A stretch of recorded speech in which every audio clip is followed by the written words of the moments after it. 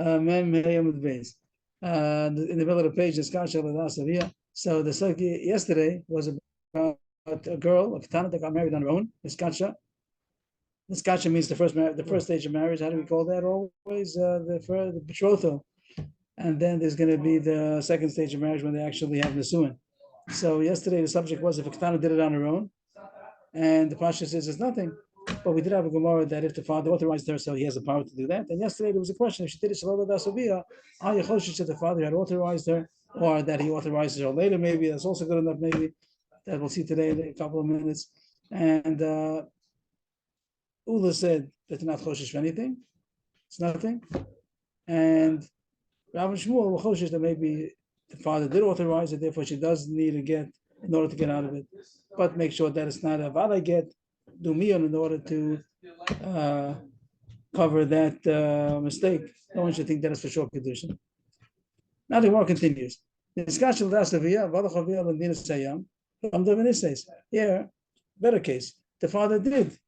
The father was the one who authorized the marriage. She did it with the father's consent. So that surely she's good Kiddushin. But the next question is the second stage of marriage, which is Nisuin. And the Gemara expects us to know, which I didn't find out yet, where the Gemara tells us that the father is also the authorization of the Nisuin also. Even though he's Mekadesh's daughter, he gave his daughter to betrothal, he's the authority to be able to tell her that now to give her over to Nisuin also. Means that she can't do that on her own. The actual marriage is also only going to be under his authorization. And that's going to be the sugya today about the Nisuin, that we don't know if the Nisuin was under authorization. So I'd like to find, I didn't find it yet, I'd like to find where the Gemara says that the Nisuin also has to be, so I would think once she was Mekadesha, she's consecrated, she's betrothed to this man, so now, of course, there's going to be Nisuin. But you see that he has to have his authorization, or else she has to wait until she becomes a Gedol and do it on her own. So here's the question that the Nisuin that was not, the father wasn't around, the Kiddushin the father did, but then he went away, went over, he's not here, and she did the Nisuin on her own. She did the second stage of marriage, she did it on her own. So do we assume also that the father agreed to that? Oh, you think not? I mean, if he took care of the first part, surely he meant Right. it to be a marriage. So maybe he means that she should wait until maybe he meant that she should wait until she's an adult. Maybe he doesn't, he wants to make sure that she's going to get married to him, but maybe she's not ready for marriage yet. Whatever she doesn't think that they should consummate the marriage yet. So here the question is that she did it on her own. Father wasn't around. She's a katana. She's a katana, and she did it on her own. Maybe an Nara also has to have. But here the case is that she's a katana. So does we assume that the father agreed to it? He's not around. So the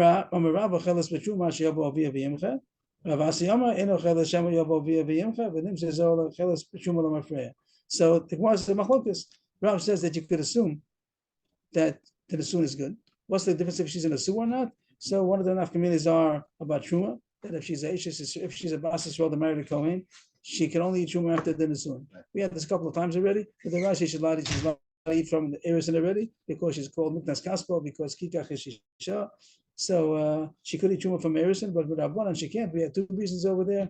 One reason was because if they're going to send her Truma to her father's house, she's a Muresa, she's a Kiddushin, but she's living by her father's house. So then the husband will send her a present, Truma, and then she'll give it out to her brothers and sisters, and they're all Israelim, they're not allowed to eat it. So therefore, we don't want Truma coming to her father's house. So don't give her Truma until she's in a sewer. And reason number two is because they might find about a sewer that she has a mum, and that's going to make that it was not Kiddushin or Mafreya, and therefore she should not eat Truma. That's the reason why we're Rabbanan, and the Rus is not supposed to eat Truma. Here the question was, is this called a Nisuin or not? She did Nisuin on her own. Do you say that she's in a Nisuin, that she could eat Truma?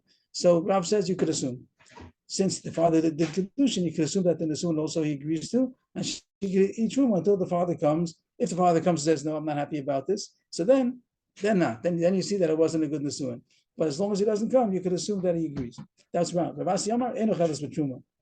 She cannot eat Truma, because the father is going to come, and then it's not even good to Mafreya. The father will come and say, I'm not happy about this, I don't want the Nisuin. But him says, it's going to come retroactively. She was a non-Kohen eating Truma.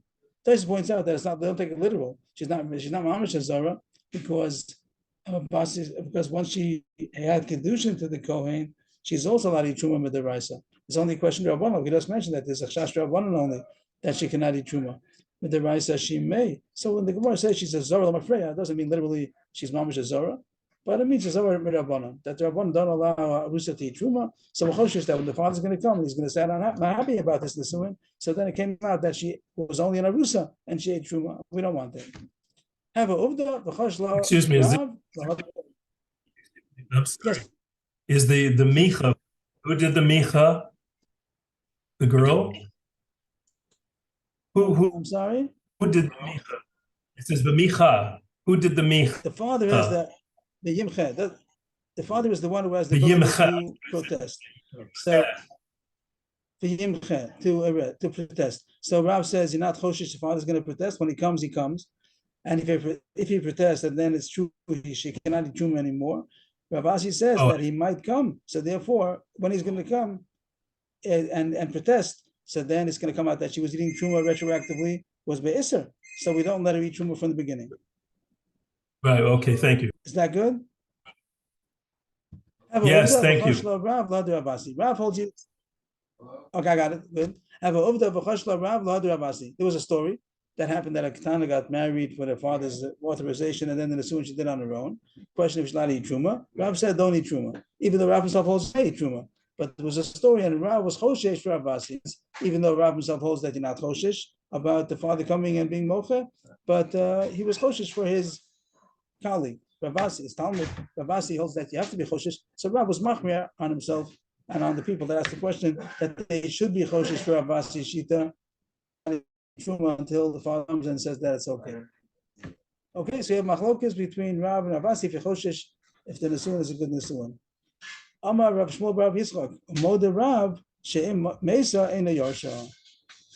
The issue of nisuin has more than one ramification. We spoke about truma, that only nisuin can eat truma and Rusa cannot eat truma, and that was what we just spoke about. Rav said she could eat truma, Rav Basi said she should not until the husband comes and says that until the father comes says that it's okay. But there's another ramification of Nesua is about Yerusha. If the woman dies as an Arusa, she doesn't. The husband doesn't yashin her. The husband only yashins his wife after Nesuin. So here the question is, what if she died? Does the husband inherit her? Even though Rav says that you assume that it's a good Nesuin, in Mesa in the Yarsha, if the woman died, the husband does not inherit her. What was the case again? The woman had Kiddushin with her father's authorization. The Nesuin she did on her own, and then she died, and the husband says that she's in the sewer already, and therefore her husband yashins her. So we say no, in the yarsha, because we're not so sure that the father agrees. We said that Rav said that she could assume that the father agrees and she could eat truma, but not so simple. As far as Yerusha, we're not going to be makel. That since it's a subject of the money, who the money goes to? Does it go to the yarshim of the woman? Does it go to the other yarshim of the father? Or does it go to the husband? So then we have to go with the regular lacha that you don't know. It's a suffix, it's a regular suffix. Rashi explains that the case of the truma, the reason why Rabbis make it is because the whole thing is Rabbanan. We said a couple of times today already that it's only Rabbanan, but the right side which is not eat truma. It's only Rabbanan. Maybe she'll give the truma to her brothers and sisters, or maybe the kama that is a mum, a simpon, and that's not going to be a kedushin, and she was not allowed to eat. She was not even an arusa. But that's only Rabbana not to eat truma. The Raisa says she's not eat truma when she's in Arusa. Here Rabbos Mekel, but by Yerusha, which is the question of the Raisa, so subject the Raisa Lachumra, and even after the money goes b'cheskas Mare, maybe. So therefore, it stays by the to the husband. So that was the first Gemara. Again, let's go over the first Gemara. If the Kiddushin was with the father's authorization, but the Nesuin was on her own, and you have to have the father's authorization, could you assume that he also agrees? Rav said yes. By Truma you could assume, because it's only Rabbanan anyway, Rashi explains. So therefore, it's only Rabbanan that the Isser to eat Truma, if she's only in Arus, is only Rabbanan, so you could assume that he's going to agree. If he comes and says, I don't want, the father comes and says, I'm not happy about the Nesuin, so then she has to stop eating Truma. But she could eat Truma until he comes. Ravasi says, you have to be choshesh, maybe he's going to come, and that means that the Mafreya wasn't a good Nesuin. It's true, it's only a Rabbanan, but he's machmir that she should not eat truma. And everybody's masking. Rav himself was choshesh for Abbasi when it came to the Maisa. And the list Gemara says by Yerusha, which is the Raisa, even Rav is masking that you don't know that she's in the sewer, and therefore the husband does not yashin her. New case. There's two dots over here. New case. Niskasha l'das, v'nisa shelo l'das, v'aviyakan. Same case as before, that the Kiddushin was the father's authorization, the Nisuin was on her own, but the father is here. The first case was the father went to Medina Sayyam, he was not around. But here the father's here, and the girl made the chasana without inviting the father. Anyway. She got married on her own. The Kiddushin was with the father's authorization, but then when it came for the Nisuin, it was Shalom Das. But the father's around, the father is here. But as Rashi says that she didn't inform him that she's getting married, the Nisuin, or as the Teshuvah Zakin says that the father is around and he made himself like he doesn't know, he didn't attend the wedding, so to speak. How do you take that? One? That's different. If she cut him off and she caused him the question at the end of the question at the end is, what is he authorizing it or not? Is he happy about it or not? That's the question. We don't care what she might have maybe triggered him, but the question is he agreeing with it in the Nisuin? He gave authorization for the Kiddushin, and now the Nisuin, he acts as a stranger, so to speak. He doesn't come to the wedding. He's around. He's here. And he didn't come. Why didn't he come? Maybe because she didn't invite him. Maybe she didn't invite him. I don't know. But he didn't come. The father's around, then she got married. You know what? You know that. You know what? He didn't stop. He didn't say no. Didn't send but he didn't say yes. He didn't send the police, but he didn't send flowers either. But that's different. It's not. That's the question. What do you take? How do you take his silence? There's a statement. He's saying something here. By being quiet, he's saying something. How do you translate his silence? So Avrohom will say it depends on the people. But the Gemara, as always, the Gemara is going to say opinion. Ravuna says she can't eat truma in this case because we don't see Nisuin. She could eat truma. And we had a question before about the kid when his father was not around. Here the father is around. And here the Gemara is going to say that these two opinions are not totally the opinions before. Before it was Rav and Ravasi, here Rav and Rav. In the first case, Rav, when the father's not here. So Rav said you could assume that the father agreed. You did Kiddushin, you got the father. The father wants to assume also. Over there, the case before was the father's not around. So you could assume that he agrees because he gave the authorization for the Kiddushin. So probably for the Nisuin also. But over here the father's around, and he didn't say anything. He didn't come. The fact that he didn't come is because he's angry. It's the silence that the father was here and he didn't participate in the wedding, and he didn't say he's happy about it. That means he's not happy about it. And Rabbi Yirmiyah bar Abba Amar Achelas, and I feel the Ravasi. Here she could. He even quote the Ravasi before said when the father's not around, you cannot assume that he agrees. Here you do see that he agrees.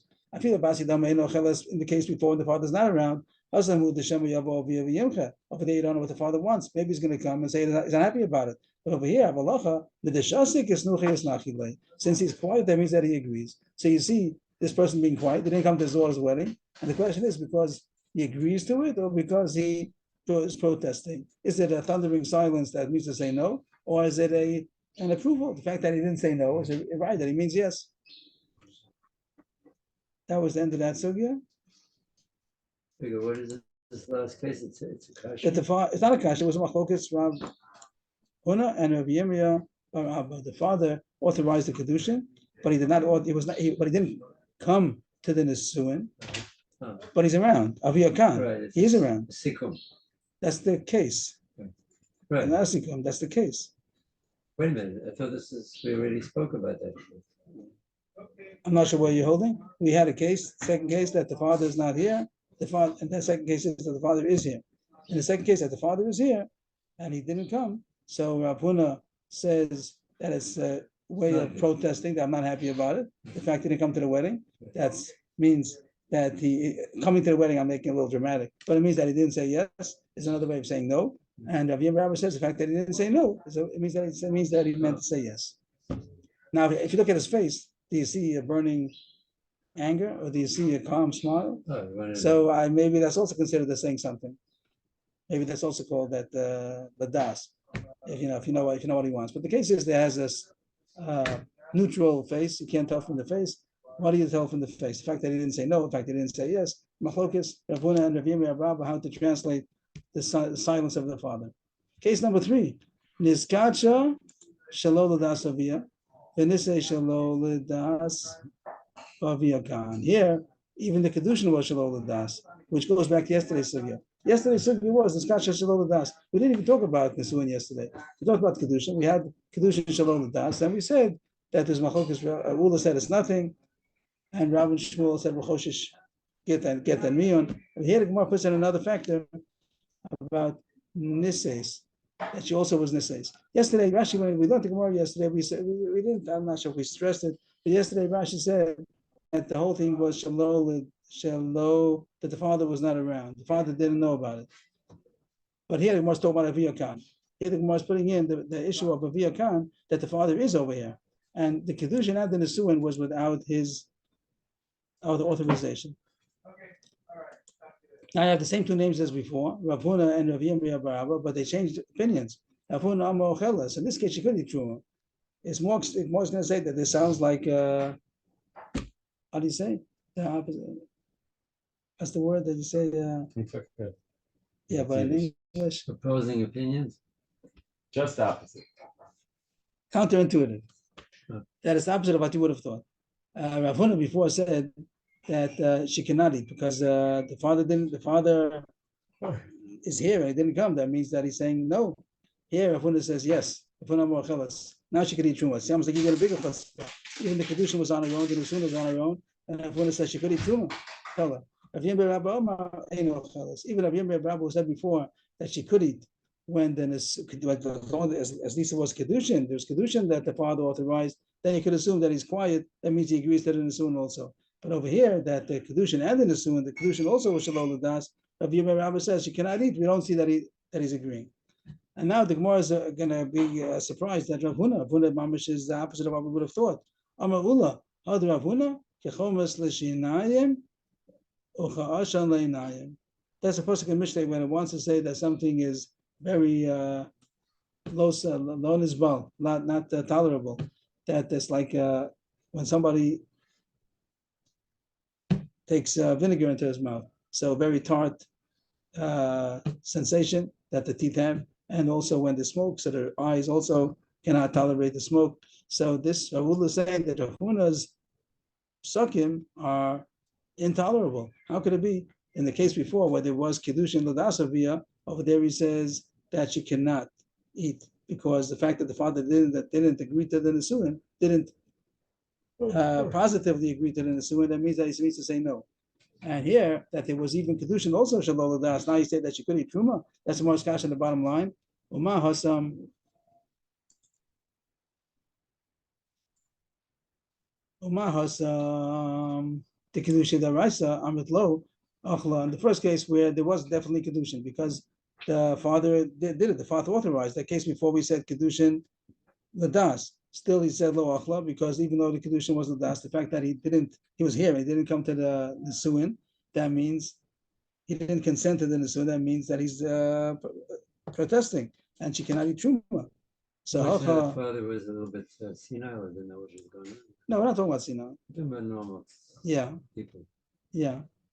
So the case before, these two cases are going to be the contradiction. We put everything out onto the screen. That the first case was Kasha Ladas, second case was Kasha Shalol Ladas. In the first case, which only one thing was Shalol Ladas, only the Nisuin. Rav Huna said that she cannot eat because the Nisuin was Shalol Ladas. Here, the Nisuin is Shalol Ladas, even the Kiddushin was Shalol Ladas. And Rav Huna says that she could eat Truma. Where's the sense in that? Mahasam in the first case, where the Kiddushin was good, he said she cannot eat because the Nisuin was Shalol Ladas. In this case, in the bottom, where even the Kiddushin was Shalol Ladas, surely she should not be able to eat Truma.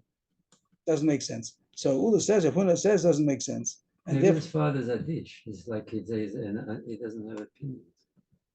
I'm not sure what I mean to say. The father you have to have the father's opinion. He's the one that has to give the authorization. The question is, did he authorize it or not? Is he agreeing or is he not agreeing? Before we said that fact that it's a turner of a halach. I'm trying to. So we're trying to figure it out. We're trying to figure out that this is a father who's not responsible for it. I'm not following. He doesn't care. So that's maybe an answer. You say no, he doesn't care. What does it mean he doesn't care? He doesn't care whether it be a woman. I'm not. So that's maybe that. So maybe that's going to be the answer. Not. You can't just say not for, I'm not against. You have to do more than that. Maybe Rashi says something like you. Let's see. So first of all, Lula says near Devi Talmud because it doesn't make sense. It seems more reasonable the words of the Talmud. The Talmud is of Yirmiyah Rabba. He's the Talmud of Rav Huna, and Rav Huna doesn't make sense. So I'm going to hold like the Talmud of Yirmiyah Rabba that here in this case she surely cannot eat. Amar Rabba, my time with Rav Huna. What's not going to reason of Rav Huna? Doesn't make any sense. So Rashi explains that she's acting as if she doesn't have a father. She does everything on her own. She does the Kiddushin, she does the Nesuin. So she's like a Yisoma in her father's lifetime. So Rashi says, because of that, either, like Chaim David said, Hifkes Chosh Yesh Loba. Since he's acting the way that she does, so either it shows that he did it already, or now he's doing it, that he doesn't have, he's taking away all of his rights. He's being Mustalek, which is a little bit the Chiddush, that the father, he could retract his rights and then she's on her own. That's a little bit of a Chiddush. Rashi says a little bit easier the next pshat. Oh, shtikoso hoda. The fact that he's quiet, that's showing that here he does agree to it. Rashi says, according to before we said the fact that he's quiet, Rav Huna said that means because he's angry. But it becomes such a kind of thing that even a person who's people have different personalities. Sometimes when they're angry, they're quiet. But even that person, there comes a breaking point that even he's going to scream. So if she's acting mamish like she doesn't have a father, if he would not have agreed, he would have screamed. The fact that he didn't scream, the Rav Huna says, on the contrary, this is the right that he does agree. So even though it sounds counterintuitive, but on the contrary, since it's so bad, so extreme, that she's doing everything on her own, and he doesn't say anything, that must be because he does agree. Or as Chaim David said, Rashi says it, that maybe he was mafkim v'schos in her. If that's good, we continue to the next case, which is really not another case in the whole sequence of what we had so far today. But the Suin, we had 3 cases so far. Just to scroll back, we had 3 cases. The first case was that the Kiddushin was authorized and the Nisuin was not, but the father was not here. Second case is the same case, but the father is here. That Kiddushin was authorized and the Nisuin was not, but the father is here. Then you have to translate what did the silence mean to do. And the third case was that the Kiddushin and the Nisuin, both of them were not here, were not authorized, and the father was here. And again, how do you translate the silence? Whenever the father's here, you have to try to figure out what does he mean to say. So in the first case was a machlokes if he means to agree or to protest. And the second case is again, if he's agreeing or protesting. And here, Rav Huna says the fact that it's such an extreme thing that the daughter did, it must be, if he's quiet, it must be that he agrees. Where does the second case start? One there, orange already? Yeah, all of the yellow or orange, those are the cases. And then you have them on the arm. The first one The is first by case. the 2 dots. That's the first one. And the second one is the first one on the line, about 5 lines after that, 10 lines, 6 lines. This shaladas, this shaladas will be a kan. And the third case is 3 lines before it spreads. This shaladas avia, and this shaladas will be a kan. And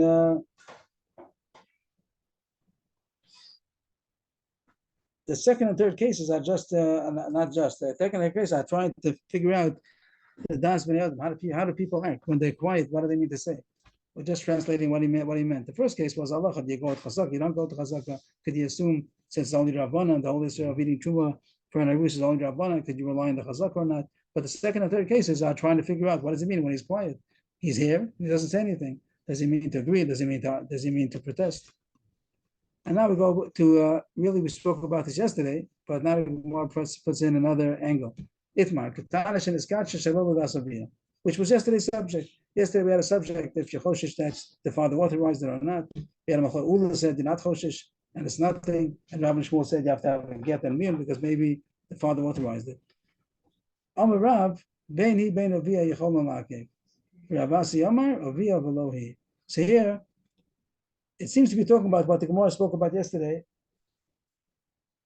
The Shadrich and the Lo Shadrich. The question was if the father knew about it before. Yesterday we learned the Gemara, which I mentioned at the beginning of the day today, that maybe we have to change it. Yesterday, the whole subject that we presented was that the father knew about it before. And maybe it was this process when you see the daughter being Mekadosh herself, maybe that means that the father had authorized it already before. Like we had the Gemara in Dafites,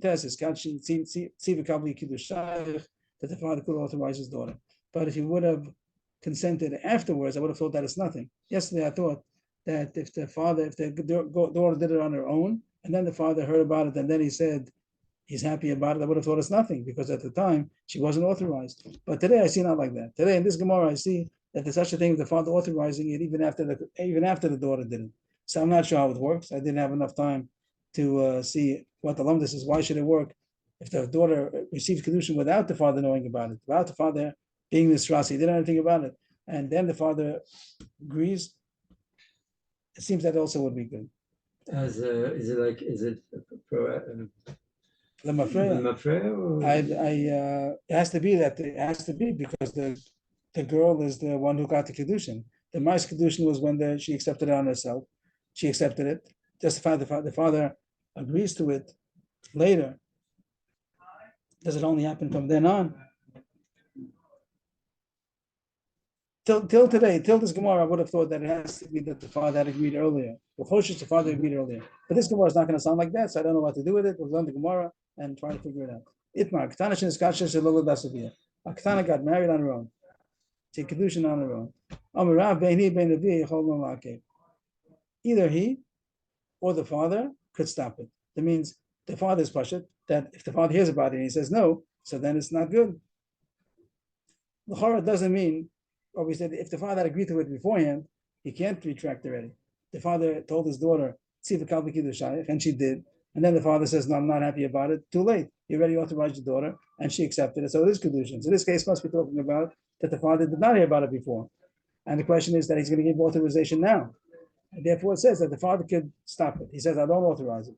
The daughter on her own accepted Kiddushin, and then the father says, I don't want. That's called Aviyah. That Aviyah could stop the Kiddushin. Aviyah Yachol Ma'akid.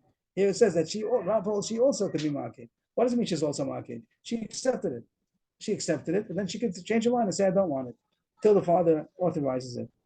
Again, this whole Gemara is going that the authorization of the father comes after the daughter accepted the Kiddushin. Yesterday, I was learning the whole Gemara that the question was if the authorization was before the daughter got it.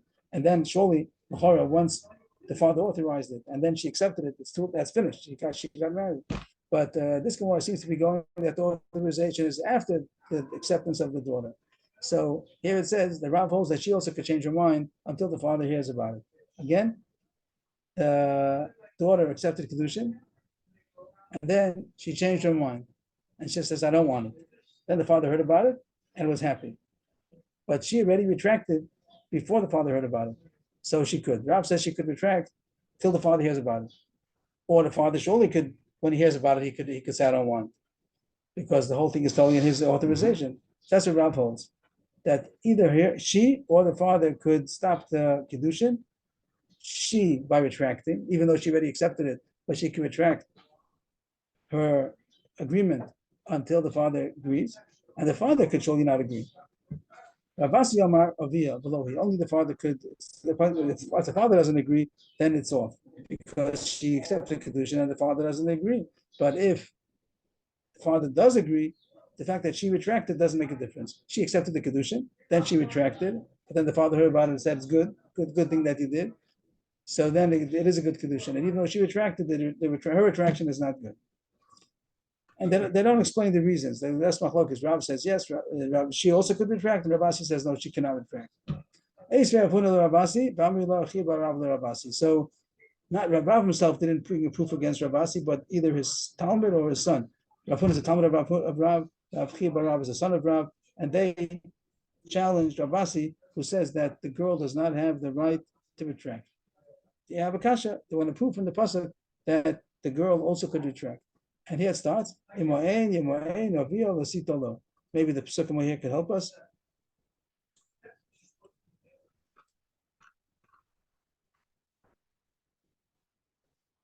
So Rav is the one that said that the girl could also retract, right? Right. And they're going to support him. The Talmud or the Rav Who's going to support him? or the son is going to be a kasha on The son Ravasi. No, he's supporting his father. The son and Talmud are supporting their father. Rav is the one who says that she could retract, and Rav Huna or Chia bar Rav are going to support that the daughter also has a right to retract. Okay. Here's the pasuk. Really, these psukim are out of order. We see Tezvav and then Tezayin, so they did in the order of the Gemara, but let's read the psukim in the right order.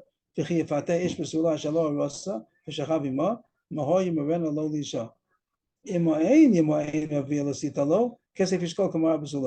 a man seduces a girl, a basula, that was not married, and he lies with her, he seduced her, not that he raped her, he seduced her, so he should take her as a wife. That's the halacha of a mafata, he has to take her as a wife. If the father doesn't want to give his daughter to him as a wife, so then he receives money. Yeah, as the whatever the price of a basulos is, the 50 shkolim, 50 shkolim. So here, if he marries her, he doesn't pay. If he does not marry her because the father doesn't want, so he does pay. There's an onus. Onus has to marry her and pay. But the mafate only pays if he does not marry her.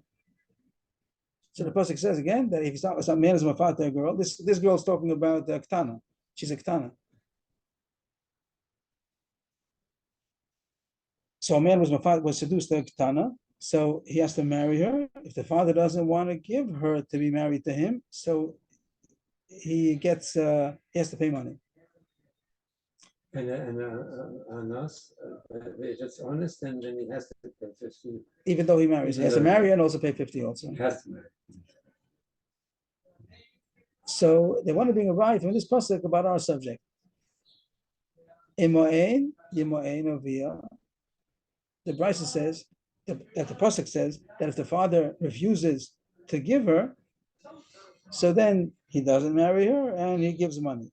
But the Brisa says, Ein li elovia. The pasuk only says if the father refuses. Imo'ein, Yimo'ein Ovia. That's the pasuk says. If the father refuses, he asks for minayin. How do you know that she also has the right to refuse? It says a double term. That teaches us that even she also could refuse also. And that's supposed to be the kasha. The kasha is over. We're supposed to see that Rav is right. That the daughter also has the right to retract her agreement. What does that have to do with us? Why does Mufata have to do with our subject of marriage? So we see from the Gemara coming up, Rashi explains that when this man seduced her and he had relations with her, did he do it for the purpose of marriage or not? So we would have thought not.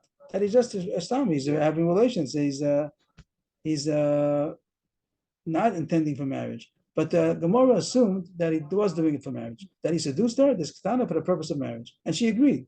She wasn't raped; she was seduced, so she agreed to it. And that one says that the father could refuse, which makes sense according to the regular code that we know that the father could refuse the marriage of the daughter. It has to be under his authorization. But here it says in the Brisa that the daughter also could refuse. What does it mean the daughter refused? She agreed at the time she had relations with him. That means that she agreed to the marriage. And now says that she also could refuse. So the Gemara thinks it's a right to Rav, that even after the girl, the Ketana, she accepted Kiddushin, she could retract. That's what the Gemara thought is a right to Rav. Again, inside, Rav Huna or Rav Chia Bar Rav asked the Kasha to Rav Basid. The pasuk says, if the father refuses, so then there's no marriage. And it says only the pasuk talks about the father refusing. How about the girl herself? It says that the girl also has a right to refuse. So the Gemara thinks that it says over here that even though the pitoy, the seduction, was for the purpose of marriage, and she agreed to it, she could still refuse. So you see that Rav is right, that the girl could refuse after she agreed. Rav, they're trying to support Rav. The Talmud or the son is trying to support Rav. So Rav said, it's not a good raya. Lo says, but Rav himself said. Rav Asi was not the one who answered it. Rav himself, who's being supported, he said, Lo says, don't go after Ifcha. Ifcha means a proof. Rashi says, over here they bring down another Rashi, that don't go after something which could be interpreted differently. Don't bring a proof that's not a full proof. Right. Because isn't that the whole shas? No. We try to bring a raya that's a good raya. Always give you rayas, and there's a way to disprove it. So you're saying It's a club. You're saying it's a club. So they didn't realize that you could disprove it. Oh, wait a minute. Why isn't Ima? You could. I'm sorry. Why isn't Ima in Yima in? Why isn't that a good proof? Ima in Yima in. He has a pasuk. I thought that's a good proof. And what is Rav? Rav? Explain why it's not right. So Rav's going to now explain to us why it's not a good proof. He didn't say it. And this is only introduction. He said to his Talmud or to his son, don't bring proofs that are not foolproof. He could answer Rav doesn't say that it's the wrong shot, but he says that he could be matcha. He could answer you. Ravasi could answer that the pasuk when it's talking about this that the man seduced the woman, who says that it's talking about that he did it for the purpose of marriage? He did it not for the purpose of marriage. He just wanted to have relations, and the girl agreed, but not because of marriage, which we would say is the more pasuk shot also. I think we would think that that's how we learn shot, that he didn't do it to the purpose of Kiddushin.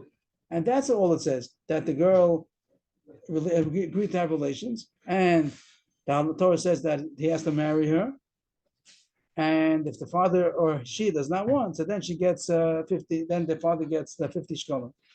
So you don't have anything to do with our subject. Our subject is don't want marriage. Machlokes Rav and Avasi was if she accepted marriage, that she accepted the Kiddushin, and then she retracted, and then the father agreed. So Ravasi says that she doesn't have the right to retract. Once she accepted the Kiddushin and the father agrees, it's already a marriage, even if she wants to retract.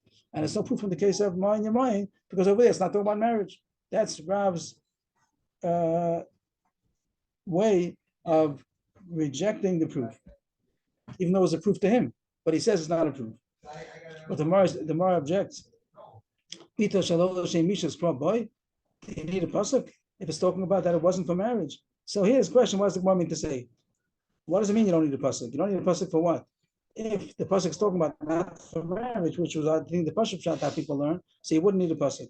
So Taisus points out, Taisus learns here. Taisus, I think it's easier to learn the Taisus over here. Boy, do you need a pasuk to say that she's not married? Of course she's not married. If he didn't do it l'shem kedushin, even if they don't refuse, even if the father or the daughter don't refuse, if the whole bia that they had was not for the purpose of kedushin, it's surely not a marriage. Taisa says don't tell that the pasuk means. Where's the that don't think that the pasuk is coming to tell you that if the father wants to marry her, if the father does agree to marry her to this man, that the daughter could refuse, because Taisa says surely she can't refuse, because if the father has the ability to marry off his daughter, even if she doesn't want. Any man, forget about a pitoy. A man wants to marry off his daughter and she doesn't want. He has the right to. The Torah gives authorization to the father to marry off his daughter. So the Gemara doesn't mean that you need a pasuk to say that it could refuse, because it wouldn't be true that the daughter could refuse if the father wants. But Taisa says, do you need a pasuk to say that it's not a marriage? If he did a shalol l'shem bia, so the shalol l'shem marriage, so then surely it's not a marriage. The Gemara answers, Loma shemishalem. So again, the Gemara's kasha is if you say it's talking about not for the purpose of marriage, so then you don't need a pasuk to say that it's not a marriage. It's surely not a marriage. You didn't have in mind for that. That the pasuk is not coming to tell you that it's not a marriage. That's true. It's treated that it's not a marriage. But the pasuk is coming to tell you that he has to pay knas, just like in mafuta. Again, the pasuk says, as we said, we saw the pasuk on the side. Let's see it again. That if a man seduces a woman, so he has to take her as a wife.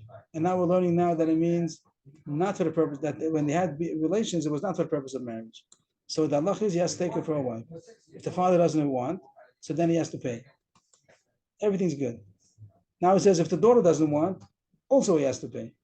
What does it mean the daughter doesn't want? The daughter doesn't want to get married. If the father wants to marry her, he could marry her. If the father would want to marry her to anybody, he could marry her off to anybody.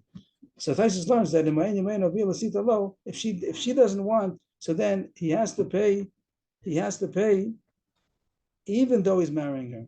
Taisus comes out with a very big chiddush. Usually we know the mafata is either he marries her or he pays. Taisus says over here is going to be a case where he marries her, but he has to pay also. He has to marry her because the father wants. But the fact that the daughter doesn't want. So therefore she changes the father's mind, but he's going to have to pay because even if, and then the finish is that. But he does marry her. Huh? He does marry her. Maybe not. Taisus' point was that the father has the right to marry her, off, even if she doesn't want. I'm just thinking now also maybe the same way he's saying that even though the father, but if the girl doesn't want, it's the man's not mochliv to marry her. The mafata, usually the Torah forces the mafata to marry. Now it says that if the girl doesn't want, so this halach is off. And he still has to pay. Well, think if she doesn't want, so he wouldn't have to pay because the father wants him to pay. The father wants him to marry her. So here it says that since the daughter Even doesn't want to she can marry, make- so now does he marry her or not? Now, if both the father and this mafata, both of them want to agree, so that's like any chassan, that the father and the husband, the chassan and the father-in-law, the chassan and the father, they get together, they make the match, and the girl's married if she likes it or not, if she's a ketana. But here, if the father does want, but the girl does not want, the chorah shot will be that there's no din that he has to marry her. Tais doesn't say, I'm not saying you talk today that we're talking. Tais seems to say that he has to marry her and also he has to pay. That's a chiddush. But maybe it's easier than Tais to say that he doesn't have to marry her. If he wants to marry her and the father, then the get fight, that's a regular din. But the whole din of that he has to marry her is all because the girl doesn't want to marry him.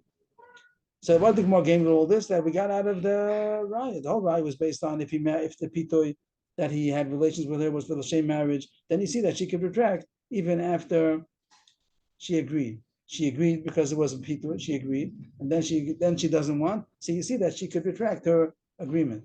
But once we say it's talking about that the whole pitoy was not the same issues, so it's nothing to do with us. Then why the problem? So what is the pasuk telling you?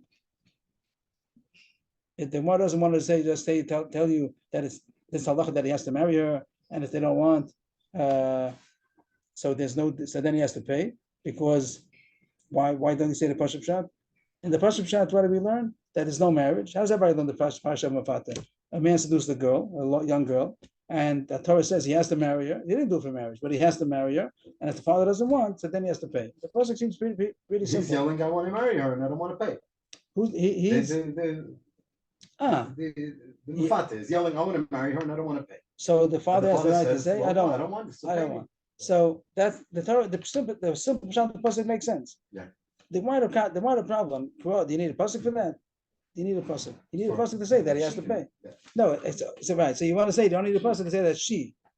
So that's what Tosfos learns. That the question is if you need a pasuk to say, then if it's so much. The first thing Gemara thought that the chiddush is that it's not a marriage. For a boy, that's not a marriage. So if he did a shalol l'shem ishus, he needed a pasuk that it's not a marriage. If they didn't do it for marriage, it's totally not a marriage. But so we're not learning that. We're not learning that the pasuk come to say that it's not a marriage. We're coming to say that the pasuk says.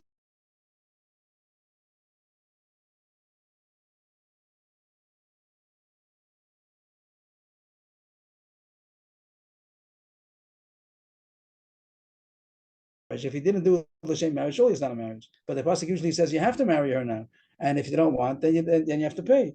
So if the one would have left out this one word kimafuta, I would have learned that they were saying Pashut on the pasuk that they had relations not for the purpose of marriage. The Torah obligates him to marry her, and if the father doesn't want, you have to pay knas. What are you saying? That there's a rush over here also about the girl not wanting. If the girl doesn't want, also what? You pay knas. Also pays knas. When he's yelling, but the father was masking. And the Torah says that I have to marry her. Do I have to marry her? I don't have to marry her. I want to marry her and I don't want to pay knas. He wants to marry her, and the father also wants her to get married. And the father was willing. She's married. The father was willing to give up. No, the father was willing to give up the money that she should marry. Yeah. And she's yelling, I don't want to marry him. So he's saying, but I don't want to pay because I want to marry her and I don't want to pay. And the Torah says that but she's mine. That's not my problem. And so Kamashvalan, that she also has the right to be mine. And what happens now? Could be the father would say, I don't want my daughter to suffer to marry a rapist. I don't know. The father is saying the case that the father does agree and she does not agree. So what does the Torah say about that? That she also has a right to refuse. That he has to pay. And does he marry her? So I got the impression from Tosfos that he has to marry her and also pay. But now maybe it's easier that he doesn't have to marry her if he wants to marry her and the father also wants that she should marry. So okay, so that's a regular shidduch that they made up on themselves. But if he does not want to marry her, so here the fact that she refuses, so then the Torah's law doesn't apply. The Torah that said that he has to marry her, if she refuses, he doesn't have to marry her. Maybe that would be easier. And he has to pay. And he has to pay. Rav Yosef, after he heard this shot of Nachman Yitzchak, he was very happy. He doesn't. The Iyachi is not a kashi. Iyachi means if so, that he does explain the pasuk is talking about that he seduced her with that for the purpose of marriage. So now it makes sense. What I learned, more Yimarena Loli Shosh, it's Richa Kiddushin. They learn out from this pasuk that he has to be Mekadosh her. He has to be Mekadosh her now. Because the way we learned until now, the impito, the Shamisha is Kiddushin Amali. If the original bia that he had with her when he seduced her was for the purpose of Kiddushin, why should he be Mekadosh her again? He was Mekadosh her already. They had relations. So now we understand that the pita was Shalol Hashem Kiddushin, and therefore the Torah says he has to be Mekadosh her now. Amalei Abaye, it's Tzricha Kiddushin L'das Bia. Abaye said it's not a raya. It could be true shot, but you don't have to. You can't make a raya from here. Even if the pita was the Shom Ishus, you still have to have Kiddushin again L'das Bia. Rashi. That even, and I don't get the Gemara, I have to say that I don't understand. The Gemara said that if the pita was the same Kiddushin, then how come he has to be Mekadosh again? And the Gemara answers because you have to have a Kiddushin L'das Aviyah. If the father agrees, so the Kiddushin was already. We had the whole Gemara saying the whole time that if the girl accepted and the father agrees later on, it's also good enough. Today's daf was mashma. Yesterday's daf I didn't think so, but today's daf was mashma that not only the father's authorization before she accepted the Kiddushin, the father's authorization even after she accepted the Kiddushin. So that was the Gemara's kasha, that if the pitoi, when they had relations before the father found out about it, they had relations and they intended for Kiddushin, so it should be the daughter accepted Kiddushin. Now the father finds out about it and he agrees. So why does he have to do Kiddushin again for him? That was the Gemara's kasha. Lamali Kiddushin, he was Mekadosh already. And the Gemara answers he has to do Kiddushin again with the father's consent. But we said he's only masking if it's not there. Is he masking or is he not masking? Now, we ask him now. Yesterday was talking about. Now I'm masking to the shidduch. No, but he was Mekadosh Derek Mizayin. Is he masking? Is he masking now or not? Is he masking that should? Is he masking that should be Kiddushin? You want to say that he's not masking?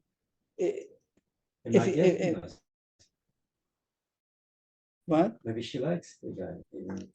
Maybe the daughter's happy with him. We're talking about if he has to be Mekadosh again. The Torah says he has to be Mekadosh again. So the question is, was it when they had relations the first time? That will affect the father's decision. Yeah, that's what this take the father. The pasuk, by the way, how come the Torah made such a halacha that he has to marry her? Because it's going to be difficult for her to get a shidduch now. The fact that she was raped, so now not seduced, so it's difficult for him to marry off. He can't marry off his daughter now. Who's going to take her? But so that's why the Torah says he has to marry her. It's also, they say that it's also going to be a deterrent that people shouldn't do this because they're going to be stuck. If they're going to be mafata, they're going to have to stay with her always. He's believed to marry her. So that can be a to make Kiddushin. Does you need Adam? Do you need Adam? Of course, Kiddushin is only 8. So that's what Dr. Fine is asking. This whole Gemara is talking about. He did a pito the same Kiddushin, so the same Kiddushin. If there's no Adam, then it's not Kiddushin anymore. Maybe there's no Adam either. Who says it's Adam? All the whole term, the Parshat term of Fata is without Adam. What you can say, Moed B'Knas is butter. So it's talking about the whole case that there were Adam. I think so. Okay. I'm guessing. So maybe they were Adam. That's the suggestion is maybe they are Adam. So does it matter about the Adam know or think? The Adam know. The Adam know that he was with Fatah L'Shem Kiddushin. I don't know. I didn't think of that. I don't know. Okay. So what was this whole Gemara about? We're changing now. Next mission is a whole different subject altogether. The first subject was all about shlichus. As Machavusa pointed out, so far in Kiddushin, we had the beginning of the Masechta spoke about. We don't have too much about Kiddushin. The first thing was about the Kinyan and Beskesef Shtar and Bia, a few daf over there. Then the sugya in the beginning of the paragraph was about shlichus, that he can make a shliach to do Kiddushin also. And we went into the shlichus over there and shliach varvei, all kinds of pratim about shlichus. And then this subject came into about being miskadesh shalom l'dasavia. That was the sugya we had now, this yesterday and today, being mikadesh shalom l'dasavia. And if the father authorizes it either before, he has mashma even after also, that would be Kiddushin even by Iktana. Yesterday, okay. And then when he's quiet by the Nesuin, does that show that he agrees or he doesn't agree? Yesterday we had a subject about if the Nara, we had the 2 days ago about a Nara, that a Nara also has to have the authorization of a father. She can't do it by herself. Okay, more or less that was today's sugi. Now the new subject altogether, which we were told about this sugya yesterday, but we didn't go into it too much. Here's the Mishnah, and then we'll understand retroactively yesterday's sugya. He had 2 dates, and he said, It doesn't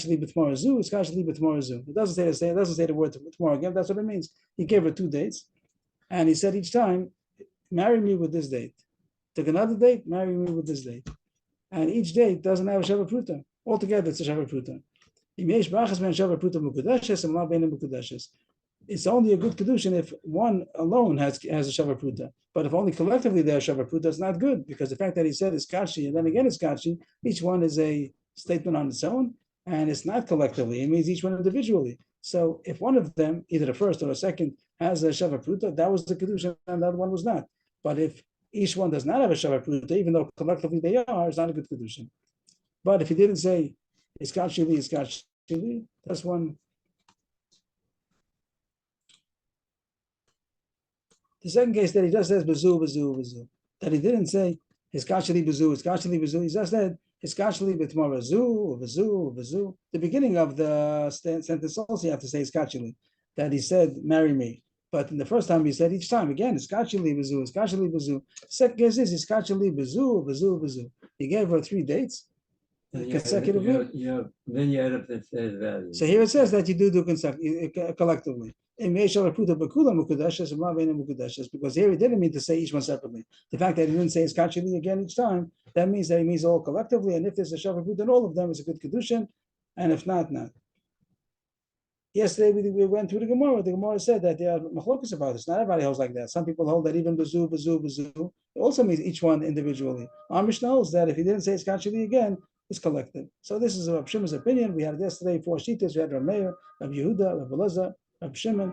This is Rav Shimon's opinion that bezu is not individual. That means collectively. I don't know Rav Shimon. That was yesterday's daf. That was on the Mem David Amar Aleph. Over there, brought down these shitas of Rav Shimon. I think I was going to say it again here, but that was yesterday. We had it at length. Today the was going to be shorter. The Mishnah continues. If, as he gave her a date and she ate it up right away. The first case was that she collected all the dates that he gave her. He said bezu. Her hand is open and he's putting in the dates into the hand. And the question was, did he mean collectively or did he mean individually? But here, she ate one at a time. As soon as he gave it to her, especially he gave her and she ate it. Then he gave another one. He ate it. Then it has to be that one whole one is a Shava Pruta, not enough that they're all collectively a Shava Pruta. And the Gemara is going to figure out what we're talking about in this last case. We'll come to that in a minute. The Gemara says, this is what we said yesterday already. Mantana is Kachi. Who's the Tana that holds that only Iskachi is considered 2? And if he said bezu is considered collective, we know that some hold that even bezu is also individual. We had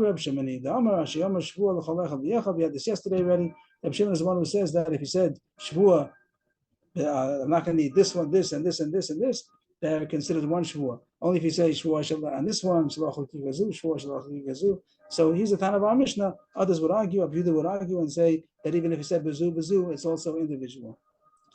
Then the Mishnah said, bezu, yeah. Really, this Gemara is going on etc. It's not going on the case of bezu. It's going on the last case of the Mishnah that said about if she was eating it as she got it. If she was eating as she got it, then you have to have a Shava Pruta in one of them. Hey, on which part of the Mishnah is it going on? We have 2 parts of Mishnah. We have Iskachi, we have bezu. Which one is it going on? Either my ratio is going the first case of Iskachi. So then it says you have to have a Shava Pruta in one of them. The Mishnah says you have to have a Pruta in one of them. If the case was Iskachi, it's not because she ate it right away. Even if she would have had it in her hand still. Also, that's what he said. Iskachi. Each one is a separate Kiddushin, and it has to be a Shava Pruta and a whole one. So that doesn't make sense. Allah Sefer. That's what we would have said. It's going on the Sefer. Even when he said it's kashli bezu, and it is collective. But if she ate it right away, so it's not here anymore. If she ate it right away, then it's not here, and therefore it's not good Kiddushin only if you have a Shava Pruta in one of them. But the Gemara's kasha is afilu b'kamaisa, even if there's a Shava Pruta in the first one. But a milva, it's only a milva, and it's not going to be a good Kiddushin. What does that mean, a milva? So if there will be a Shabbat Pruta in the last one, the Gemara is happy. He gave her 3 dates, let's say. And he said, Skashli Bazu, Bazu, Bazu. And he meant collectively. And if it would have, she would have had all of them, then it would be a good Kiddushin because all 3 days together is a Shabbat Pruta.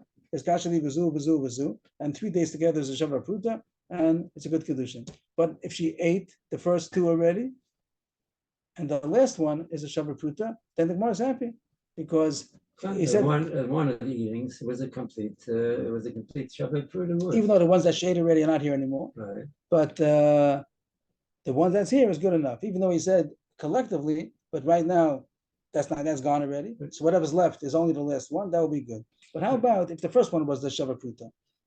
He gave her 3, one at a time. It's Kashali Bazu, and she ate it. Bazu, and she ate it. Bazu, and she ate it. And it comes out the first one was a Shabbat Pruta. So smash from the Mishnah, that's also good. Because it says, Achasman means any one of them. Even the first one would have been a good Kiddushin. But the Gemara is asking about Milvahi. It's at the time when he said collectively, he meant all of them. And the first one, that's going to be the Kiddushin, is not here anymore. The first one is a good Kiddushin, even though she ate it already. But it's not here anymore. The time that he said that the Kiddushin should happen when he gets all of it, it's not here anymore. Rashi says,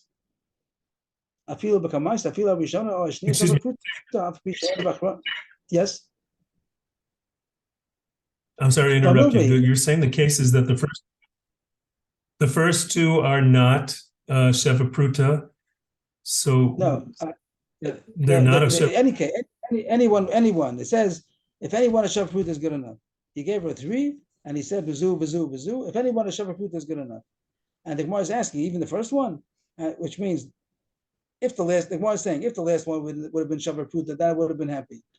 And it would have made sense. But if the first one, or the second one is the Shabbat Pruta, and the last one is not the Shabbat Pruta, that's going to be the Gemara's kasha.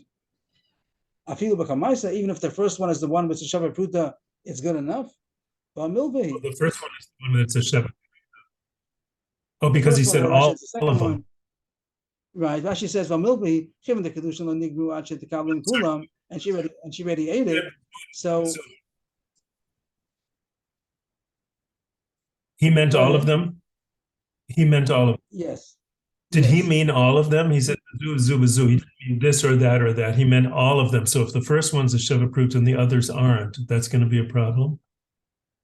Yes, and the Gemara is asking because it's only a milva that she owes it to him. She already ate it, and the kedushin doesn't finish until he finishes giving her everything he wants to give her. And the first one, which is the kedushin, which is the Shabbat Pruta, is not here anymore.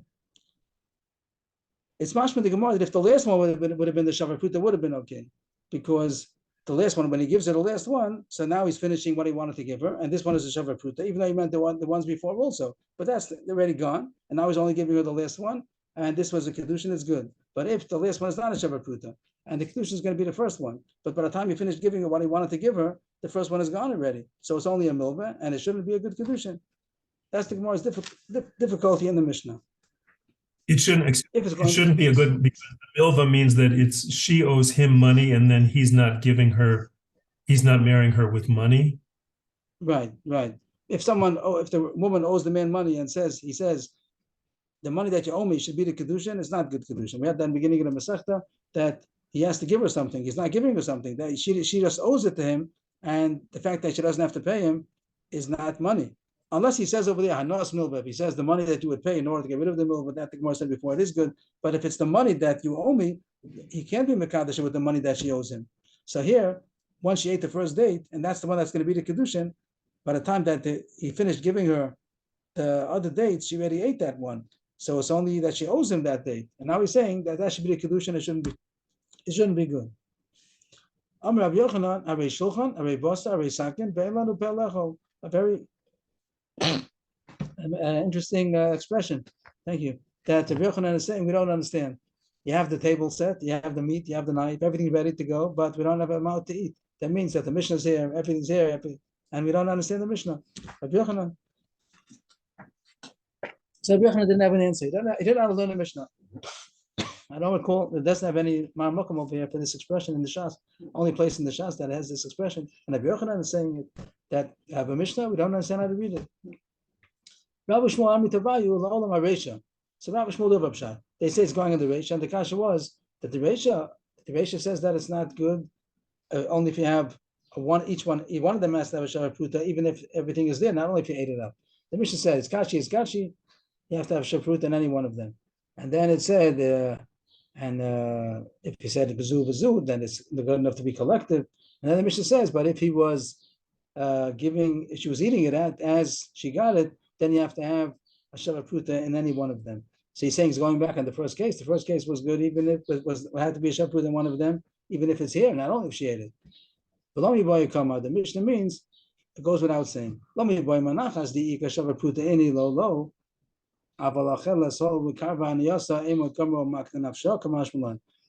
first case where she's holding it in her hand, so over there you have to have a Shavar Pruta. That we understand you have to have a Shavar Pruta. But because each one was the Kiddushin, it's kashi, each one can be collective, it has to be one by itself. But if she ate it right away, you might think that the fact that she's benefiting right away, that she's able to eat it, maybe she wants to get married even for less than a Shavar Pruta.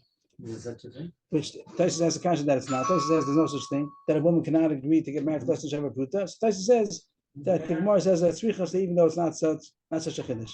I don't understand the chiddush, and also I don't understand why this is the place to tell you the chiddush. I should have said in the regular case where he gave her less than a Shavar Pruta and she eats it right away. The Gemara is a fancy case of 3 dates, kiskachi. So it seems to be a dochak, but that's how Rabbi Shmuel got through the Mishnah, that it's taka not necessary to say, and it says extra chiddush. But when you eat a food and you eat it in pieces, surely that's better right from you. Each piece is not a gazais. We're talking about a Shavar Pruta. We're not here about a Shavar Pruta. That's right. We're not talking about gazais. We're talking about a Shavar Pruta, but Kiddushin. We're not talking about eating gazais p'techilas pras. It is going on the safe, and the kasha was that's only a milva. Also a little dochak. Instead of saying that anyone could be a Shavar Pruta, it has to be dafka the last one. The last one, if he says bazu, and the last one, and she was eating it, then you have to have that the last one should be a Shavar Pruta. If it will be the first one, second one, then it wouldn't be a good Kiddushin because it's only a milva. By the time that he's finished giving her what he wanted to give, the first one's already eaten. It's a milva. It's no good. And even though the Mishnah doesn't say that, the Mishnah doesn't say the last one. It says any one. He means the last one. Amar Rabba. I guess we should stop here. We'll stop here. So up to we only did Amar today, but 4 lines from the bottom. Amar Rabba.